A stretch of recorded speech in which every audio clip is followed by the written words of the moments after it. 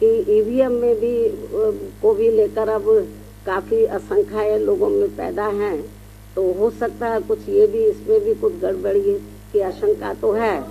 और मेरा तो यही कहना है कि जहाँ तक बीएसपी के जनाधार का सवाल है, बीएसपी का जो जनाधार है वो कोई कम नहीं हो रहा है। मुझे तो लग रहा है ईवीएम में कुछ गड़बड़ी जरूर है।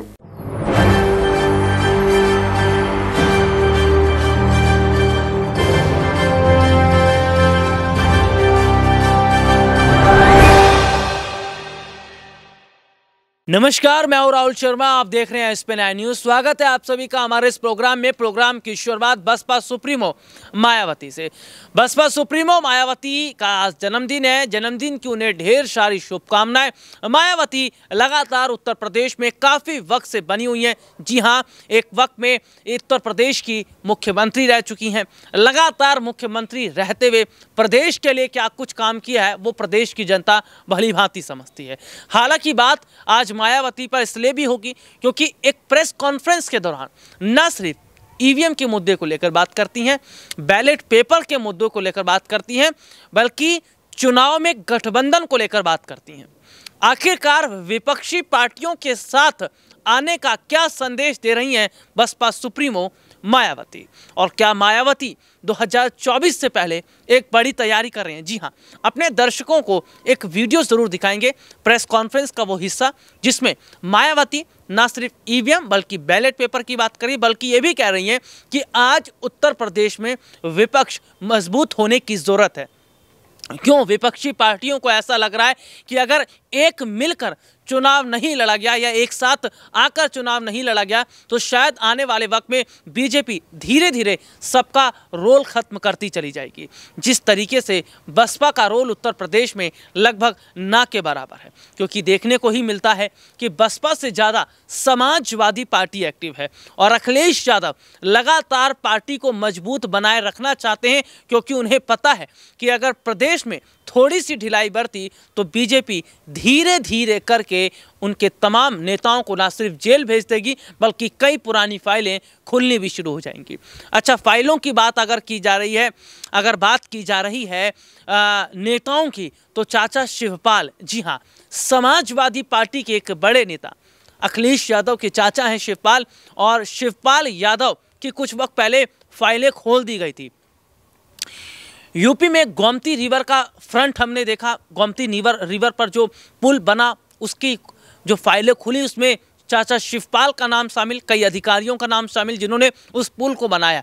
तो ऐसे में लगातार देखा जा रहा है कि अगर ऐसे नहीं तो वैसे बीजेपी किसी भी तरीके से विपक्ष का रोल खत्म कर देना चाहती है। जैसे पूरे स्तर पर, अगर राष्ट्रीय स्तर पर बात करें तो कांग्रेस का खेल खत्म कर दिया। 2014 के बाद ही देख लीजिए कि कांग्रेस कैसे कैसे धीरे धीरे खत्म होती चली गई। वो तो काफ़ी वक्त पहले राहुल गांधी ने भारत जोड़ो यात्रा के जरिए पार्टी को मजबूत करने का काम किया।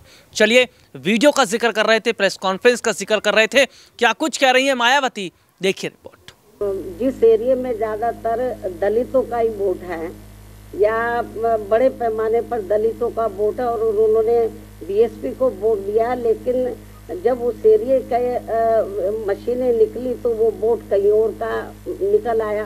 तो इसलिए मैंने आपको ये कहा है कि ईवीएम में भी को भी लेकर अब काफ़ी आशंकाएं लोगों में पैदा हैं, तो हो सकता है कुछ ये भी इसमें भी कुछ गड़बड़ी की आशंका तो है। और मेरा तो यही कहना है कि जहाँ तक बीएसपी के जनाधार का सवाल है, बीएसपी का जो जनाधार है वो कोई कम नहीं हो रहा है। मुझे तो लग रहा है ईवीएम में कुछ गड़बड़ी जरूर है। आशंकाएं किस्म किस्म की पैदा हैं, और नहीं तो मुख्य चुनाव आयोग और सेंटर की गवर्नमेंट सामने आए और वो कराए बैलेट पेपर से चुनाव, मालूम पड़ जाएगा कि उनके साथ कितना वोट है और हमारे साथ कितना है। आप लोगों को मैं ये बताना चाह रही हूँ, आप लोग मेरी बात की तरफ थोड़ा ध्यान दें कि जब से बीएसपी बनी है, 14 अप्रैल 1984 को बीएसपी का गठन किया गया था, उसके बाद जब तक चुनाव बैलेट पेपर से होते रहे तो बीएसपी का जो ना तो वोट प्रतिशत कम हुआ है और ना ही बीएसपी का जनाधार हमें कम नजर आया है, और हमारी सीटें भी बढ़ी हैं। लेकिन जब से चुनाव बैलेट पेपर के स्थान पर तो मशीन के जरिए जब से हुआ है, तब से हमारा जो वोट प्रतिशत है वो प्रभावित हुआ है और हमारी जो संख्या है वो प्रभावित हुआ। तो कुछ ना कुछ गड़बड़ तो जरूर है। यदि ऐसा नहीं था तो जब तक चुनाव बैलेट पेपर से होता रहा तो तब तक तो हमारी पार्टी का हमेशा हर चुनाव में ग्राफ बढ़ा है, सीटें भी बढ़ी हैं। लेकिन जब से ईवीएम से चुनाव होना शुरू हुआ तब से ये सब गड़बड़ हो रहा है। अब तो हमारे जनाधार पे भी असर पड़ा है। और लेकिन मुझे तो यही कहना है कि कभी कभी ये जो गड़बड़ जो भी लोग करा रहे हैं, लेकिन हो सकता है कि कभी ये गड़बड़ कराने वाले लोग इनका सिस्टम ही ना फेल हो जाए। मतलब तो जो जिधर से भी ये लोग करा रहे हैं, तो मेरा तो अपने लोगों को यही कहना है कि आप लोग प्रयास करो, पार्टी के लोग प्रयास करें, लोगों को तैयार करें। आज नहीं तो कल ये जो जहाँ से ये सिस्टम शुरू हुआ, आपको मालूम है कि दुनिया के जिन देशों में पहले बैलेट पेपर से चुनाव होता था, जहाँ मशीन से शुरू हुआ, तो जब लगा इसमें धांधली हो रही तो वहाँ खत्म कर दिया, बैलेट पेपर से वहाँ चुनाव हो रहा है। तो इसलिए मैं आपको ये बताना चाह रही हूँ कि ये मशीनों का कमाल है और कुछ नहीं है। नहीं तो ये लोग ईवीएम की बजाय बैलेट पेपर से कराएं। तो आप रिकॉर्ड उठा के बीएसपी का देख लो, जब तक बैलेट पेपर से चुनाव होता रहा, हमारा हर चुनाव के अंदर हमारी पार्टी का जनाधार बढ़ा है और वोट का प्रतिशत बढ़ा है और सीटें बढ़ी हैं। और जब से ये मशीनें आई हैं तब से ये गड़बड़ हुआ है। जरूर कुछ दाल में काला है और इसको लेकर हम लोग माननीय सुप्रीम कोर्ट में भी गए। ऐसा नहीं है हमारी पार्टी गई, और भी पार्टियां गई मतलब, लेकिन उसके बाद उन्होंने कहा कि हम पर्ची सिस्टम वो भी गड़बड़ है, बोलते 4-5 पर्ची निकाल लेंगे। ऐसा नहीं है, ये ठीक सिस्टम नहीं है। बल्कि जब ये वोटिंग मशीन में वोट पड़ा है तो उससे जो पर्चियां, उससे पूरी की पूरी पर्चियां टैली होनी चाहिए, मालूम पड़ जाएगा। फिर उसको भी ये करने के लिए तैयार नहीं है ये। तो इसलिए ये जो आपने सवाल पूछा है, ये केवल ईवीएम का कमाल है और कुछ नहीं। और पूछो नहीं, हम तो जो कर सकते थे, हम लोग माननीय सुप्रीम कोर्ट में गए, हमने माननीय चुनाव आयोग को भी कहा। आज फिर हम मीडिया के माध्यम से कह रहे हैं कि आप बैलेट पेपर से चुनाव कराएं। दुनिया के बहुत से ऐसे देश हैं जहां पर ये सब गड़बड़ हो रहा था, वो फिर से बैलेट पेपर पर आ गए। क्यों नहीं बैलेट पेपर पे आते हैं?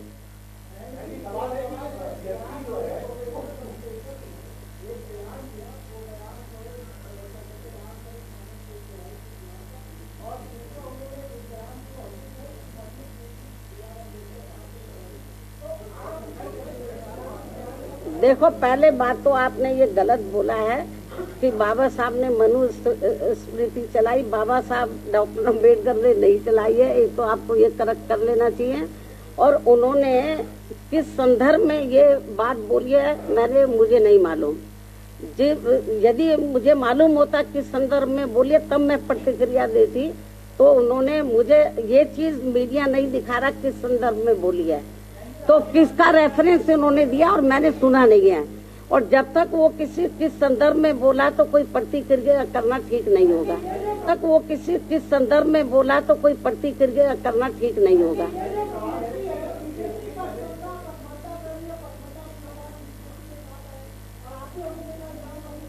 मैं जो आपको बता रही हूँ पसमानदे के बारे में, पूरे यूपी के मुस्लिम समाज के लोगों को ये मालूम है कि उनके साथ किस प्रकार की ज्यादती हो रही है, यूपी में नहीं पूरे देश के अंदर। तो जहाँ तक पसमानदा का सवाल है, ये मैंने ट्वीट के जरिए भी कहा था, जो मुस्लिम समाज है वो मुस्लिम पहले पसमानदा बाद में है। तो जो उनके साथ में जुल्म ज्यादती हो रही है, मुझे नहीं लगता कि वो भारतीय जनता पार्टी के किसी भी प्रकार के बहकावे में आएंगे। तो वो इनके बहकावे में आने वाले कतई भी नहीं है। इसके साथ साथ इन्होंने SC व ST के आरक्षण को भी निष्प्रभावी बना दिया और अब बीजेपी भी इस मामले में कांग्रेस पार्टी के ही पद चिन्हों पर चलकर इनके आरक्षण के हक को मारने का भी ये घोर अनुचित कार्य कर रही है, जिसकी खास वजह से ही इस बार यूपी निकाय चुनाव भी प्रभावित हुए हैं। इतना ही नहीं, बल्कि सपा की रही सरकार ने भी यहाँ खासकर अति पिछड़ों को उनका पूरा हक नहीं देकर इनके साथ हमेशा छल करने का ही काम किया है, जिसके तहत ही सपा सरकार ने ओबीसी की 17 पिछड़ी जातियों को ओबीसी वर्ग की सूची से हटाकर व उन्हें एससी वर्ग में शामिल करने का भी ये गैर संवैधानिक कार्य करके इन वर्गों के लाखों परिवारों को ओबीसी के आरक्षण से वंचित कर दिया। और फिर ये सभी जातियां ना ओबीसी में रह पाई और ना ही एससी में उन्हें शामिल किया जा सका। और ये गलत कार्य करने पर सपा सरकार को कोर्ट की फटकार अलग लगी और तब फिर ये जातियां पुरानी स्थिति में वापस आई हैं। इसके साथ साथ सपा सरकार ने एससी व एसटी का पदोन्नति में आरक्षण को भी खत्म कर दिया और इससे संबंधित बिल को सपा ने संसद में फाड़ दिया तथा इसे फिर पास भी नहीं होने दिया गया। जबकि बीएसपी की रही सरकार में एससी व एसटी के साथ साथ अति पिछड़ों व पिछड़ों को भी उनका आरक्षण का पूरा हक व लाभ, जबकि बीएसपी की रही सरकार में एससी व एसटी के साथ साथ अति पिछड़ों एवं पिछड़ों को भी उनका आरक्षण का पूरा हक व लाभ दिया गया है। अन्य सभी मामलों में भी इनका प्राथमिकता के आधार पर पूरा ध्यान रखा गया है। साथ ही इनके संतों, गुरुओं व महापुरुषों आदि को भी हर स्तर पर पूरा आदर सम्मान दिया गया है, जिनकी सभी विरोधी पार्टियों की रही सरकारों में हर स्तर पर काफी उपेक्षा की गई है। ऐसी स्थिति में अब यहाँ कमजोर एवं उपेक्षित वर्गों के लोगों को बाबा साहब की कही गई इन बातों पर अमल करके इन्हें अपनी पार्टी बीएसपी को पूरी ईमानदारी एवं निष्ठा से तथा पूरे तन मन धन से व हर स्तर पर इसे सत्ता में जरूर लाना होगा। ये रिपोर्ट आपने देखी जिसमें विस्तार से हमने अपने दर्शकों को दिखाया कि मायावती कैसे कई मुद्दों पर बात तो कर रही हैं लेकिन विपक्ष को साथ लाने की कोशिश हो रही है। विपक्षी पार्टियों को साथ लाने की कोशिश बसपा सुप्रीमो मायावती की जो है, क्या वो कोशिशें कामयाब हो पाएंगी? क्या आने वाले समय के अंदर बसपा का रोल बड़ा हो पाएगा? हालांकि ये कह पाना बहुत मुश्किल है, लेकिन अखिलेश यादव के साथ आने की जो बात कह गई है मायावती, अब देखना होगा कि समाजवादी पार्टी भी क्या एक बार फिर से बुआ का साथ लेंगे और उत्तर प्रदेश में एक बार फिर बुआ और बबुआ की जोड़ी मिलकर प्रदेश में धमाल मचाने के लिए तैयार है। प्रदेश के मुख्यमंत्री योगी आदित्यनाथ की मुश्किलें बढ़ाने के लिए तैयार है।